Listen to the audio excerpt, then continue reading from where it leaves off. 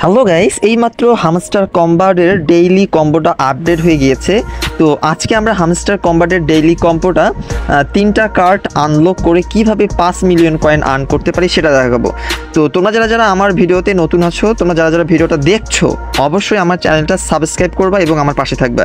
এবং হামস্টারের যাবতীয় ভিডিও পেতে অবশ্যই আমার চ্যানেলটি সাবস্ক্রাইব করতে হবে। এবং ডিসক্রিপশন বক্সে আমার টেলিগ্রাম চ্যানেলের লিঙ্ক দেওয়া আছে, চাইলে তোমরা সেটাতে জয়েন হতে পারো। তো শুরু করা যাক আজকের ভিডিও।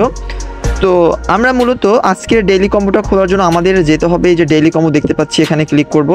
তারপর এখান থেকে আমাদের এই যে ওয়েব 3 যে দেখতে পাচ্ছি, এই যে ওয়েব 3 তে ক্লিক করব।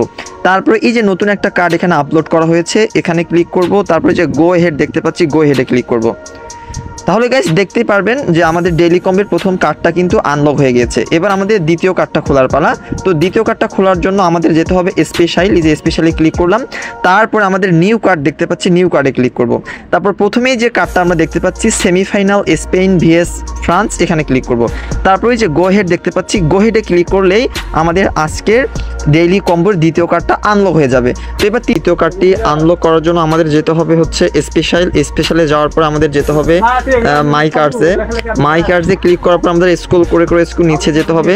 নিচে যাওয়ার পর আমরা দেখবো যে টিজি লিডার্স, আমরা দেখতে পাচ্ছি টিজি লিডার্সে ক্লিক করব। তারপর হচ্ছে গো হেড দেখতে পাচ্ছি, আমরা গো হেডে ক্লিক করব।